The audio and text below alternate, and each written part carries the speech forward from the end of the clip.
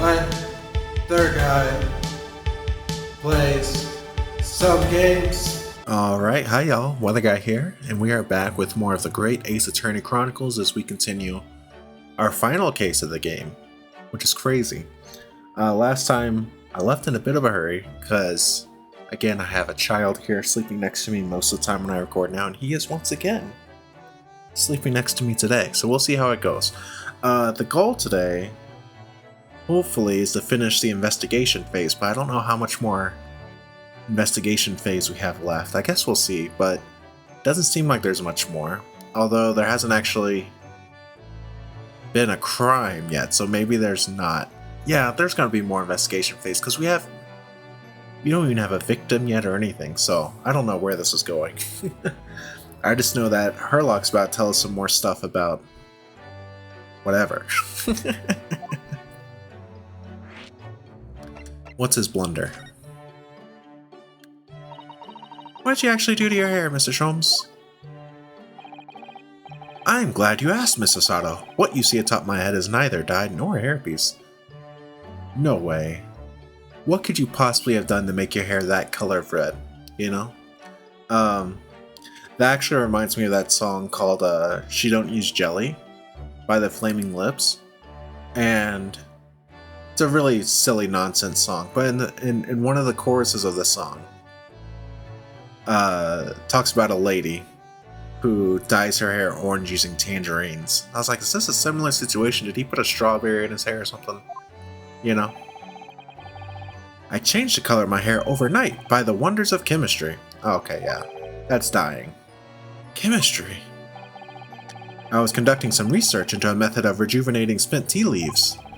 And in the course of my work, I stumbled upon a potion that when taken turns one's hair a flame-like red. Would you like to try it? It will make every hair on your body perfectly crimson. No thanks. I'll pass. Now, Mr. Sholmes, is it quite safe to drink? Surely it's bad for you, isn't it? Ah, amateurs are always hampered by such fears. Oh, I should never have doubted you, Mr. Sholmes. You mean to say... But of course. To earn 4 pounds per week, one must be prepared to turn a blind eye to a little danger. Yeah. That degree of red signals more than just a little danger, surely. So anyway, Hurley left full of confidence yesterday with his new red hair for the park on Lime Street where the Red-Headed League were interviewing prospective new members. So what went wrong? The whole park was choked with red-headed folk like a coster's orange barrel. I queued for 8 hours solid before at last I reached the front. But when the panel of interviewers saw me, they immediately said, Ah, Mr. Harlock Sholmes, are you in disguise to conduct an investigation? It's pretty good. Yeah, he's famous. I mean, relatively famous. So naturally, I had no choice but to reply, Shh, don't give me away. Great. So he's pretending to do an investigation within the Red-Headed League so he can earn 4 pounds a week. Brilliant.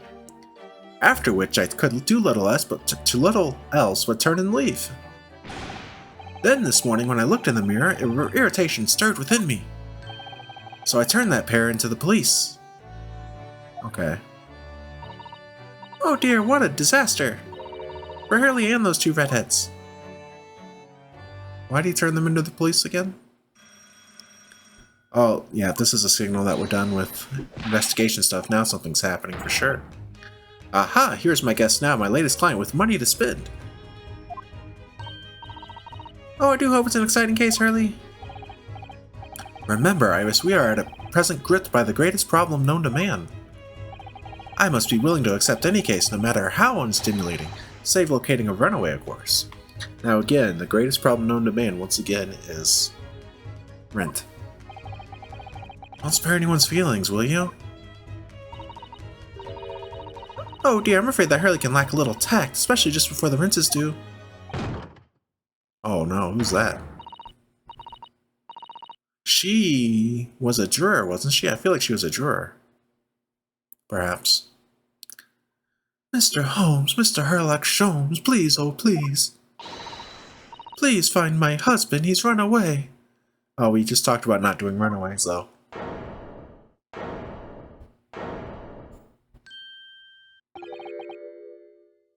To upset me?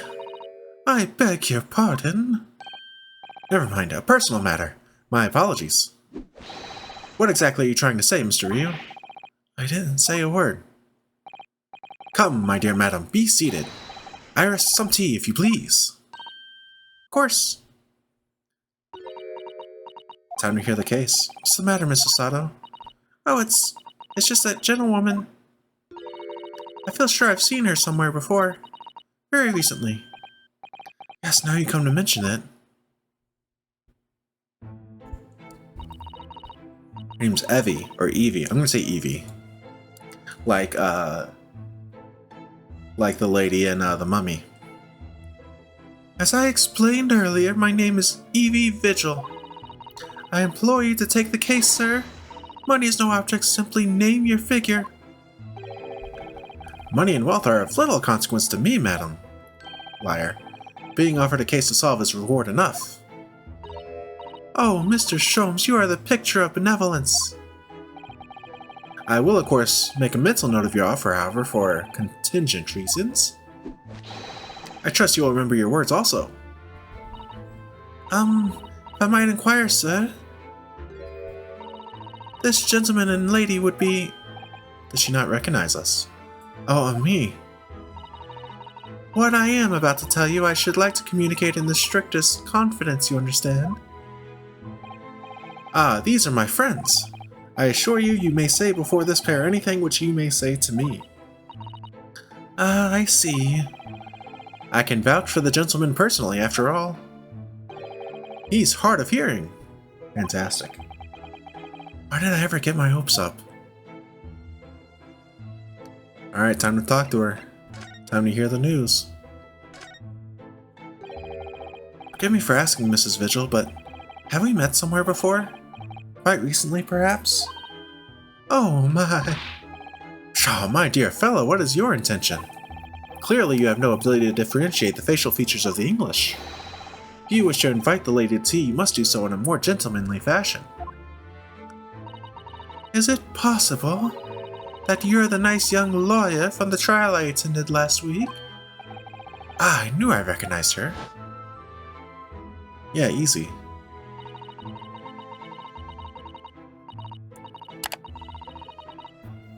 Interesting thing for her to say there. I didn't quite recognize her because she's acting so differently now. It must be very difficult for you as a lawyer. Being hard of hearing, I mean.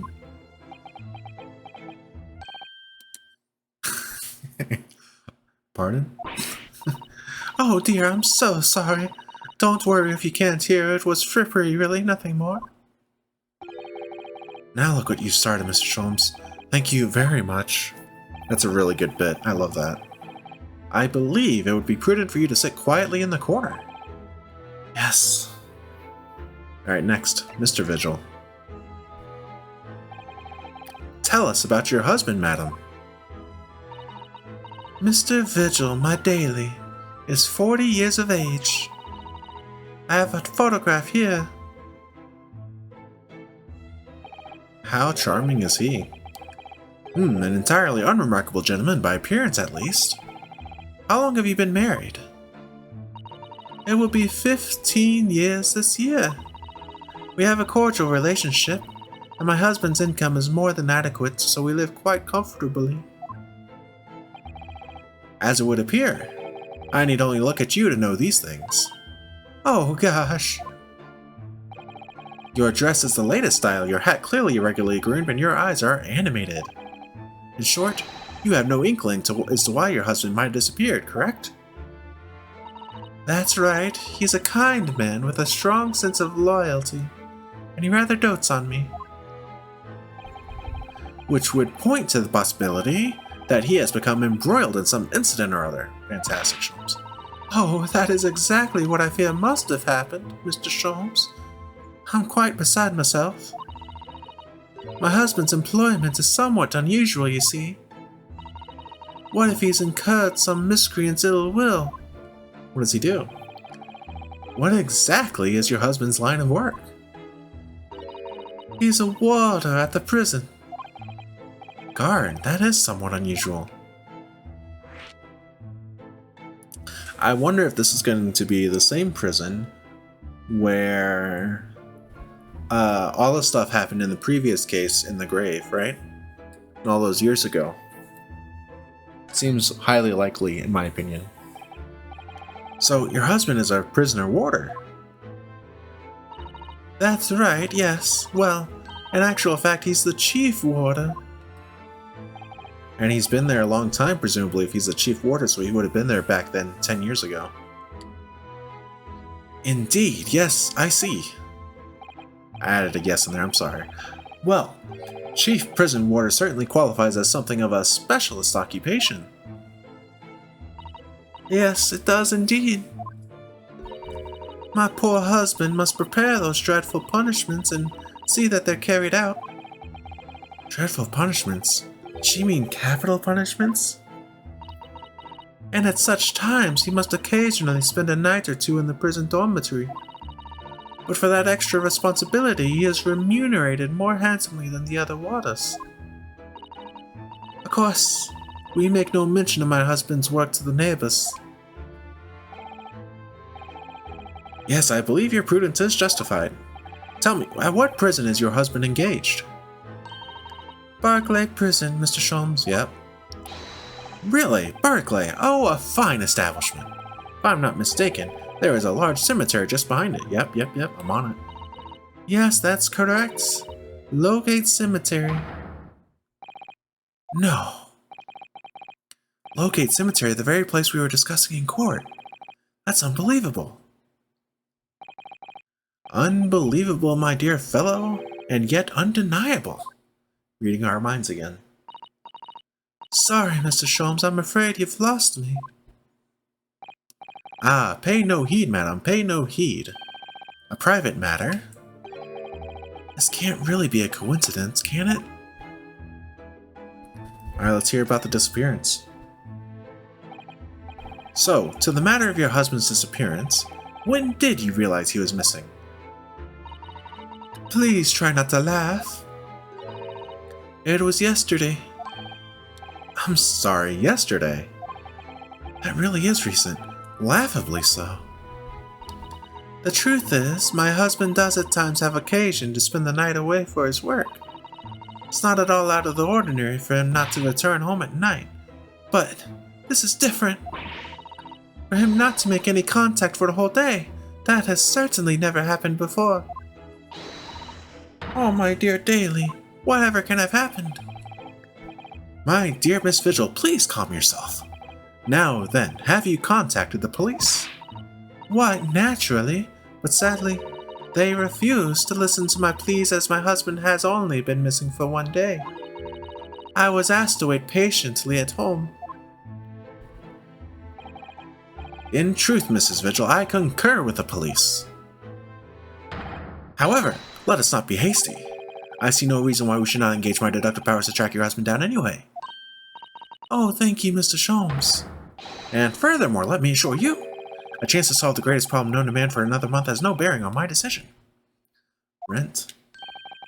I seek only to put a sweet smile on another Londoner's face.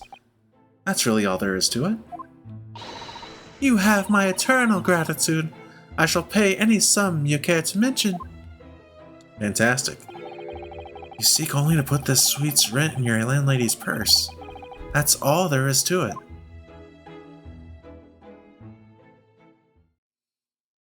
Now what are we doing? Thank you for everything you have shared with us, Mrs. Vigil. I believe I have all the information I need to begin my investigation. Oh, please report to me soon with good news, sir. Fear not, madam. In a day or two, I shall be contacting you with a heartening report, I'm quite sure.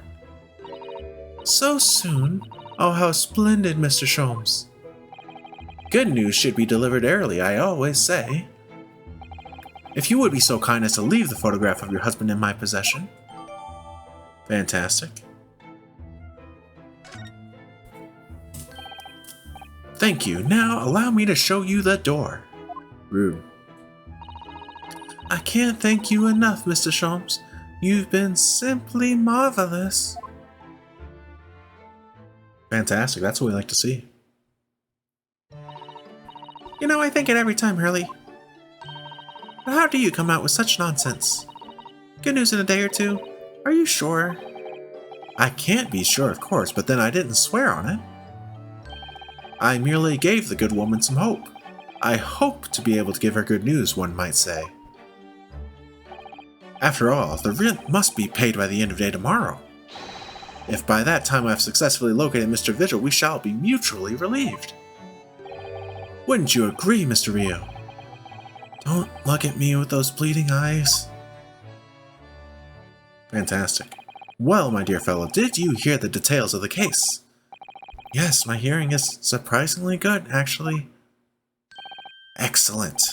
And what did you make of it? Well, I was surprised to learn where her husband worked. At Barclay Prison, I mean. Ah, so you noted that. Of course we did. Of course, especially with the mention of Lowgate Cemetery. There's the music.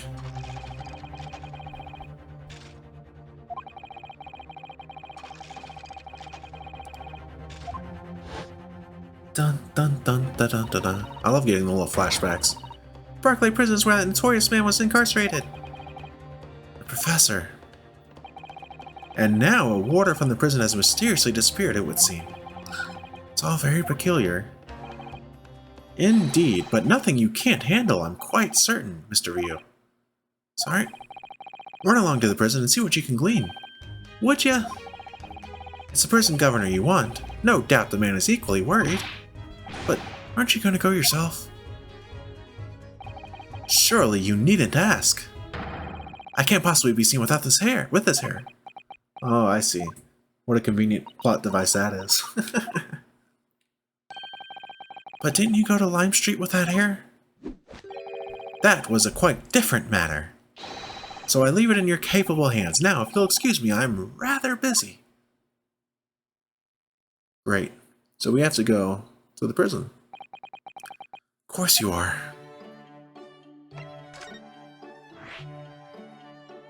Oh, the office, actually, this time. Of the governor. Of the prison. That's fine. Barclay Prison is on the outskirts of London, backing onto a lonely burial ground.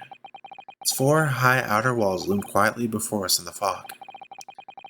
Having requested a meeting, we were shown to the governor's office in the watchtower.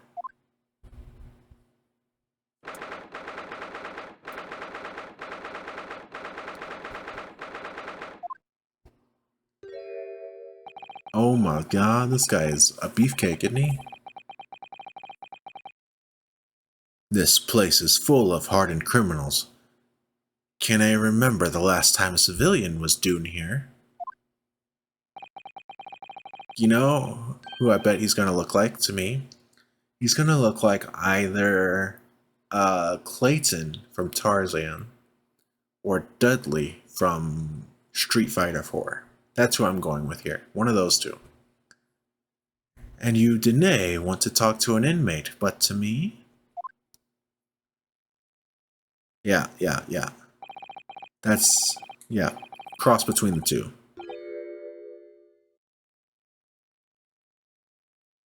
I'm trying to figure out what accent this is supposed to be. I don't know. Caden, though. Do you know who I am? I'm the governor, Barry Caden. Hmm? Oh, yes, it's a pleasure. I'm Ryu, defense lawyer. And an Easterner, I see. Does that mean? Yes, I'm a visiting student of law from the Empire of Japan. Japan? Did ye say Japan? Yes? Well, there's no any of your kind in here, laddie. Maybe you should try the prison next door, eh? Fantastic. I didn't know it's another prison next door, sir. And with that, my child is starting to wake up, so we're going to cut it there. We're going to finish our conversation with the governor next time and whatever lies beyond. But before I go, look at that sick guillotine inside the grandfather clock. That is awesome. But yeah, see you next time. Take care of yourselves. Take care of others. Peace out.